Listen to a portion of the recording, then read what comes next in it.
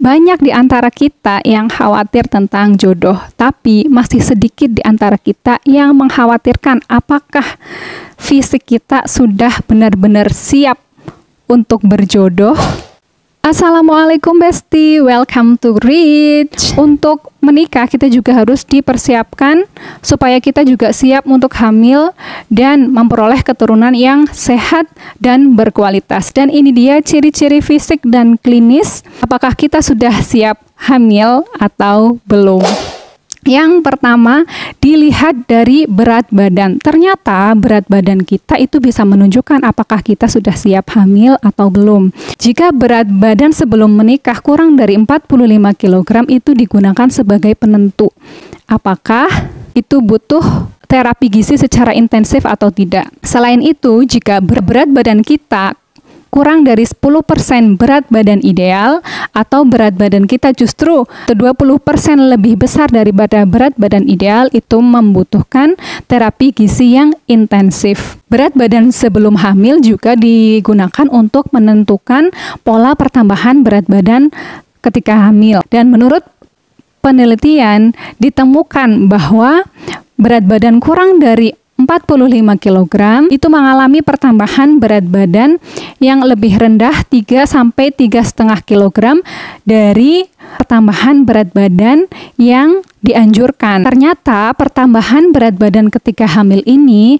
berhubungan secara langsung terhadap berat badan bayi ketika dia lahir. Dan yang kedua adalah tinggi badan. Apabila tinggi badan sebelum hamil itu kurang dari 145 cm, itu mempunyai resiko kesulitan kehamilan karena dikaitkan dengan bentuk panggul yang sempit. Dengan bentuk panggul yang sempit ini mempunyai resiko kesulitan kehamilan dan beresiko untuk melahirkan berat badan bayi yang lahir rendah, yakni kurang dari 2,5 kg. Sementara apabila tinggi badannya kurang dari 150 cm, volume aliran darah ke rahim lebih kecil, sehingga aliran oksigen dan zat-zat gizi ke janin juga terganggu. Nah, dalam suatu penelitian juga disebutkan bahwa apabila tinggi badan sebelum hamil kurang dari 150 cm,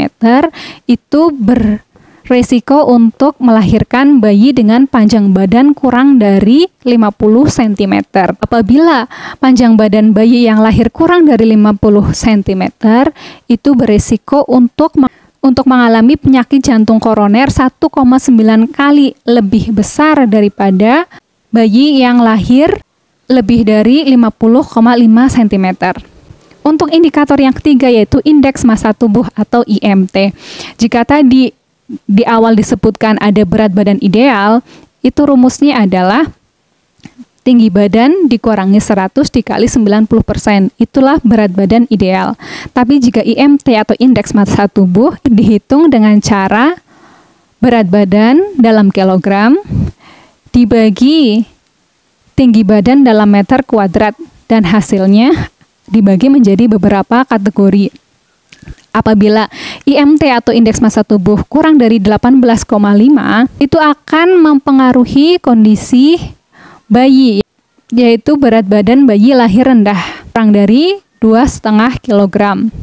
Nah, BBLR ini mengakibatkan gangguan kognitif atau kecerdasan dan gangguan neurologis atau syaraf, mempunyai resiko tekanan darah tinggi, penyakit paru obstruksi, kolesterol, kerusakan ginjal, diare akut, gangguan imun, dan perkembangan kognitif. Nah, selanjutnya yakni lingkar lengan atas atau lila. Lila ini diukur dengan melingkarkan metlin atau pengukur lila ke lengan sebelah kiri, dan itu menunjukkan kekurangan energi kronis apabila hasilnya kurang dari 23,5 cm.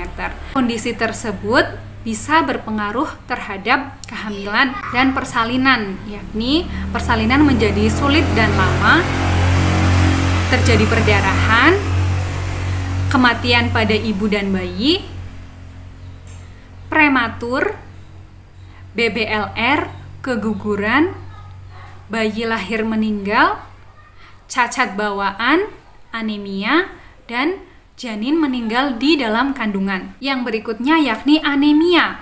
Nah, anemia yang sering diukur di sini adalah anemia defisiensi besi yang dicek dengan mengukur kadar hemoglobin atau HB.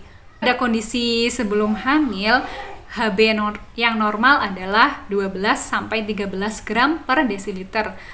Namun apabila dengan kondisi hamil, batas HB normal yaitu 11 gram per desiliter karena terjadi hipovolemi pada kondisi hamil. Nah, apabila kadar HB kurang dari normal, itu akan terjadi kekurangan suplai darah pada plasenta sehingga aliran oksigen dan zat gizi ke rahim itu akan terganggu sehingga akan mengganggu pertumbuhan janin, bisa menyebabkan BBLR. Ibu dengan anemia ini bisa melahirkan bayi dengan kondisi simpanan besi yang rendah atau tidak ada sama sekali, dan kondisi ini menyebabkan gangguan kognitif pada bayi ketika dia sudah menginjak remaja atau dewasa. Nah, itulah tadi beberapa indikator yang bisa dijadikan apakah perempuan itu sudah siap untuk hamil atau tidak, apakah kehamilannya beresiko atau tidak, dan itu bisa dicegah dari sekarang dengan melakukan intervensi gizi secara intensif dan melakukan pola hidup seimbang. Nah, itulah tadi informasi yang bisa aku share ke kalian, mudah-mudahan bermanfaat.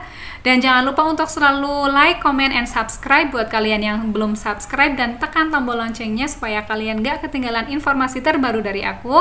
Kalian juga bisa request kira-kira konten apa lagi yang bisa kita bahas. Thank you so much for watching. See you on my next video. Barakallahu fikum. Wassalamualaikum warahmatullahi wabarakatuh.